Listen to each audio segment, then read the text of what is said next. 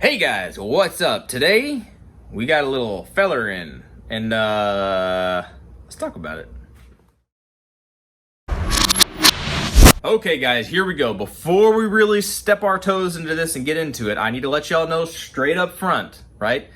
I did not get this optic for free. Make sure you do understand, I was given a discount on this. So I didn't pay full price, but I was given a discount. Yet I still pay good money for this thing, okay? So let that be as it is. Please understand that. And also those to whom it may concern, we are not modifying any firearms, okay? This is a piece of steel. This is not a firearm. This is not registered, regulated, or anything by any federal government in the United States. This is not a firearm. So we're not modifying a firearm. We're gonna be putting the optic on here, but we are not modifying anything, okay? Please understand that. Okay. That being said, those disclaimers out of the way, and we're not advertising for anybody, we're not paid by anybody. That stuff is what it is. Hope you understand. Let's move on to this actual thing and let's look at this, okay?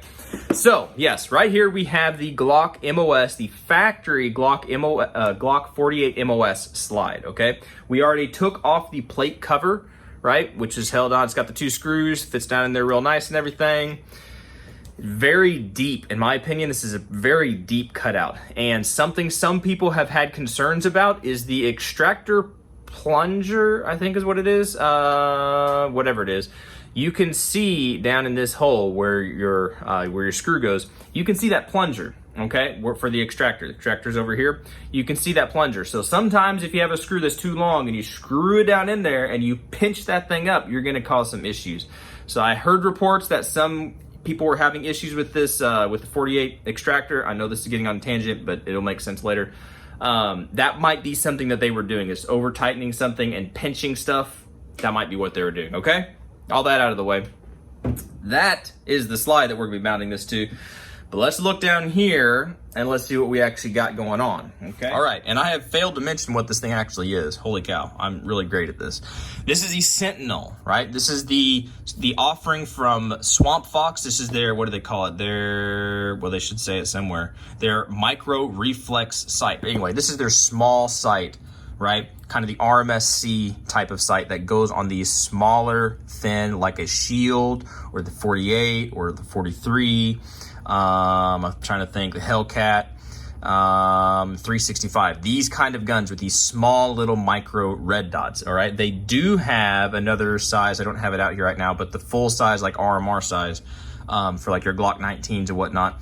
But these are for small, compact slides, okay? So this is their little feller. This is their flagship little piece. I don't know if it's flagship or whatever, but this is their little feller, okay? Basically, I'm not going to give you all the details of everything. You can look it up and I'll shoot some pictures in there for you. But basically, this is your optic. You got your battery on the bottom, okay? Unlike some, they don't have it yet where, you know, you got your battery on the side or accessible from the top. So you are going to have to take this thing off, take this optic off every time you're going to change your battery. But from everything I'm seeing on here, you've got a stinking 12,000 hour battery life, right? Active, and then 50,000 on a sleep mode.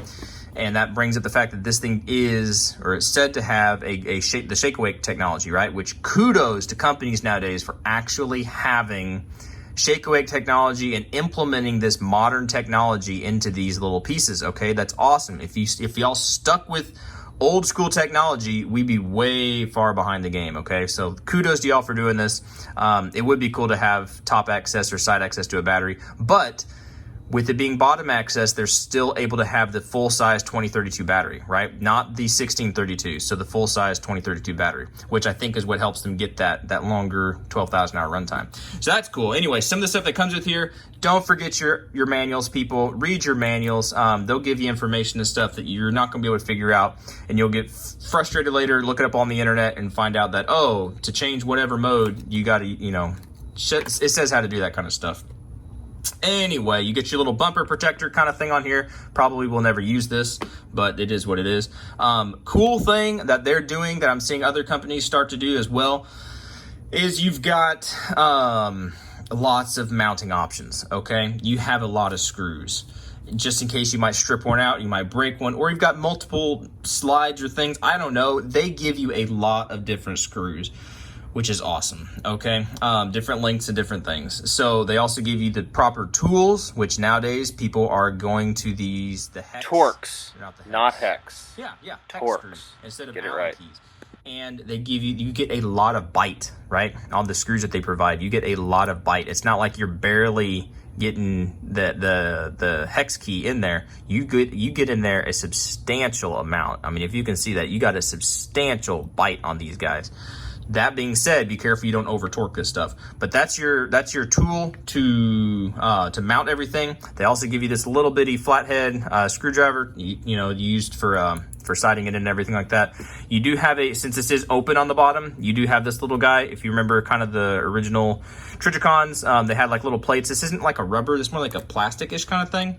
But we're gonna have to use this on the bottom to help seal everything up, all right?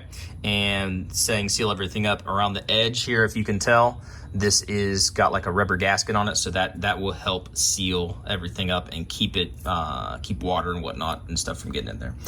That's pretty much what you get in the box. You also get a cool little sticker, which is in there. I'm not gonna get it out right now, but you get a cool little sticker. But let's go ahead and put it on this guy. And then I want to show y'all something. I already mounted it on here before. I'm going to take the internals out of here and show you that use the right screws. Again, kudos to companies for sending proper screws, but you use the right screws, you're not going to extend down in there and be stopping your plunger, right? And binding that up or anything like that. But I'll take that apart off real quick, and then we'll mount everything up and I'll show you what's going on. All right, so for those of you that don't know, this is your plunger, right? This pushes forward on your extractor and gives you that tension, right? If you have your screws in here, right, which these are the screws, and let's say they go down too far in there, you have this channel. And that's focusing. You have this channel right in here where that plunger goes. If that screw is screwed down too tight, it's not going to go in there, right? So it's actually going to pinch the extractor, which I suspect is what has caused some people to have problems with their extractor breaking. And I think, in my opinion, that is just simply over tightening these screws. Whether I don't know if they had an Optic on there or not, or if they had the factory ones, or somehow or something was over tightened and they're binding this thing up. So be careful about that, because this is exposed. If you're mounting this straight up to a 48 MOS or 43X MOS, Glock has this piece open, right? Or this piece open. This is a hole in here that goes straight down into, I don't know if you can even see light through there. You kind of can. It goes straight down into the channel where this plunger goes. So just be cognizant of that. Be careful of that. Check that. Don't just mount everything up, tighten it down, Loctite it, and then go to the range. Check things, okay? Yeah, so since this is not a firearm, please understand this is not a firearm. We're gonna go ahead and show putting this thing together. You're gonna put your little sealing plate. I don't know what they call this. It's probably in the manual that I just told you to read. But we're gonna put that guy down. We already put the battery in, right? You put the plus side facing the bottom, right? Facing down. And if you can see, when I first test fit this thing, it is pretty stinking tight, which is good, which is very good. I want that to be I don't want to have to hammer it in there, but I want it to be tight, right? And I was kind of concerned about that a little bit, because as you can see in Glock and their infinite wisdom, you can see it probably better on here. They have this big old knuckle thing right here on the back of their slide. Take this whole thing off. See how you have this big old knuckle? All right. It's just a cutout. That's all it is a cutout. I don't know if there's a specific optic that uses that cutout, but for whatever reason, they thought it would be real smart to put that in there. Smart job, fellers. Anyway, but since you do have these mounting posts, it's going to align everything up for you. So just make sure you got everything on there properly and you're not bending stuff or whatever. Okay, and then what I'm going to do is I like to use me a little blue Loctite. All right, we're going to use a little blue Loctite, stick it on here, and make sure that it's on there, because you don't want stuff coming out. And you don't want to soak everything in blue Loctite. That's not a good idea. Just a drop, just a little bit will do you. Just a dab will do you. That's what my dad used to say when I polish shoes. Just a dab will do you. All right. And I do not have a Torx screwdriver, right? Because I believe these things are supposed to be torqued down to like 15 pounds. I'm just gonna get them nice and snug, and with that blue Loctite, everything should be good. And I do not want to over tighten it. Over tightening things is bad. You'll strip stuff out. Hopefully you would just strip out your screw instead of stripping out the actual, the hole down there, the channel. That's pretty much all you gotta do to put this thing on. One thing I'm gonna do,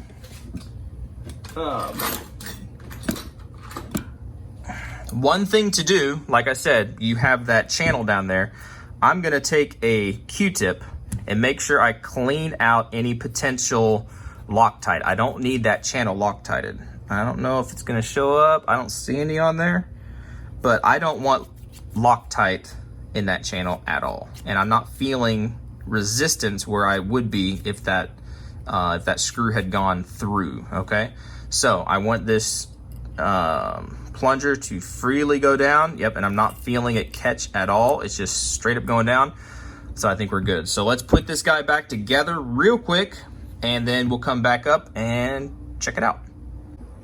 All right, something I did not do, and I should have done, but knowing me, I probably will be taking this thing off and putting it on different optics and switching out different things. So Loctite wasn't as important. I do want it to be secure, but if you're permanently or semi-permanently, long-termly, put it that way, applying something, make sure you take off all the oil, right? If you got oil in those in the threads on the slide or on the threads on the screw, that Loctite's not gonna work as well. So take some time, just a little bit, just wipe that stuff off. It's those little attention to detail things that are gonna set you apart and make things work a little bit better for you. But for me, it's fine. The Loctite is just gonna help it set it in there a little bit better, and it's tightened down enough. I'm probably gonna be taking this thing off and running it on different stuff anyway, so I'm not too worried about it. But that's the little fella right there. If you can see, we do have a decent co-witness, right? You got full, you can see the whole top part of the front sight, which is nice. Your window is just slightly tinted, right? It's not super blue. It is tinted, obviously. Get that in a light spot. It is tinted. But they have to be tinted. That's kind of how these things work. My understanding of it, that's how they work. And if the cleaner and clearer it is, the more powerful the dot has to be, right, in brightness for you to be able to pick it up. And if it has to be brighter, then it burns up more energy. It burns up more energy, your battery life goes down. So I will take a slightly blued tint with, what is it, 12,000 hours of battery life? Yeah, I'll take that. That's fine with me. Your controls are here on the sides. You have your down, right? You're down. Y'all know what down does. It goes down, and then you're up. So more brightness, less brightness. I believe this has night vision settings. I'm not cool yet. I don't have night vision. Maybe someday. So I can't really test that per se. Okay, so I had to go back and read the little thing because I would think I was trying to make sure I'm giving y'all proper information here. My understanding of it from what I'm reading in the manual. This is the manual. This is not the automatic. They've got a couple different versions of this. I like manual because I like to manually up and down my power, right? I like to control the optic a little bit. I have had some unsuccessful things with auto brightness settings on things. I don't like them, just personal preference. So I've opted to get the manual one. So with the manual one, you still do have the shake awake. It's my understanding of it. And I think it said after about 4 minutes, this thing's sitting perfectly still, not moving, it will turn off. And the moment you touch it, it comes back on. That's how they're supposed to work. That's how I'm understanding that this thing works. So again, that's awesome. I just wanted to make sure I wasn't giving y'all false information. So I had to, sorry, a little bleep to there. But anyway, moving on, that's this guy. I can't wait to get out and actually shoot it and try it. The width and everything, you can see it just barely snugly slips over the width, if that makes any sense. It's just a snug, wider, you can get your fingernail under there. Which is perfectly fine. I don't care. That's great. It works for me. Your buttons obviously stick out a little bit more, and I do not have a holster for the 48 MOS yet, because as you know, the slide or the frame has this rail on it. So I'm waiting for lights and different things. That's a different kind of thing. But that being said, I'm gonna have to wait before I really know if these buttons sticking out on the side. See how they stick out on the side a little bit? If those are gonna be bouncing up and down. If I'm gonna have to be, being careful about making sure I don't hit those buttons or anything like that. But anyway, that's pretty much it. All right, if y'all have any questions about this, please let me know. I will get you the best answer that I can find you, or answer the best way that I can. But if y'all have got one of these things, let me know if you like it. I think it's pretty cool. I think it's pretty exciting. You don't have to modify anything to mount it like you would with a Holosun. The Holosun, you have to remove the rear lugs and then bring the front lugs down about halfway. I've done videos on that before, and I like my Holosun. I really like my Holosun. The 507K, love that thing. This guy, so far, he seems to be really good, and so we're gonna just be running them the best we can and test them over time. It's gonna take some time to get those round counts up to see how well these things really work, but I'm not looking at babying this thing, right? I'm gonna use this guy the best I can. I'm gonna use it and potentially abuse it and see how well it works, all right? So anyway, hope y'all enjoyed that. Hopefully you found it informative and helpful and everything. That's pretty much it, all right? Y'all be good to be safe. Appreciate you watching and everything. We will hopefully catch y'all in the next video. And here's something I think a lot of people overlook. Whenever you mount stuff, optics or whatever, or mount anything to a firearm, get yourself a silver Sharpie, okay? This sets you apart from the people that just want to baby stuff or, you know, to keep it in mint condition. This is not mint condition anymore because I'm marking it, but I'm marking it so I can see if stuff starts coming loose, all right? Pro tip for you, mark your screws.